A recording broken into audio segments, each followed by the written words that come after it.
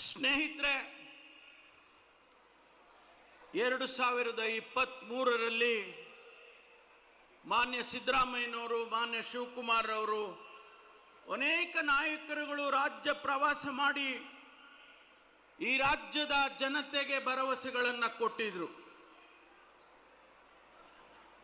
ನಮ್ಮ ಅಧ್ಯಕ್ಷರು ಸನ್ಮಾನ್ಯ ಶಿವಕುಮಾರ್ ಅವರು ಅಖಿಲ ಭಾರತ ಕಾಂಗ್ರೆಸ್ಸಿನ ಪ್ರತಿನಿಧಿಗಳು ಪ್ರಣಾಳಿಕೆ ಬರೆಯುವ ಜವಾಬ್ದಾರಿಯನ್ನು ನನಗೆ ಕೊಟ್ಟಿದ್ರು.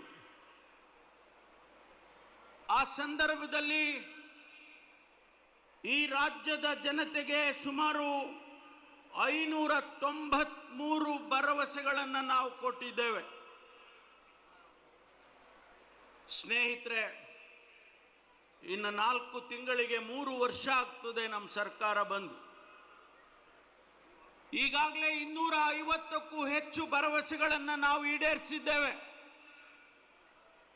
ಮಾನ್ಯ ಸಿದ್ದರಾಮಯ್ಯನವರು ಒಬ್ಬ ಹಣಕಾಸಿನ ಸಚಿವರಾಗಿ ಪ್ರತಿಯೊಂದು ಸಾರಿ ಆಯವ್ಯಯವನ್ನು ಮಂಡನೆ ಮಾಡುವಂತಹ ಸಂದರ್ಭದಲ್ಲಿ ಪಕ್ಷದ ಪ್ರಣಾಳಿಕೆಯನ್ನು ಪಕ್ಕದಲ್ಲಿ ಇಟ್ಟುಕೊಂಡು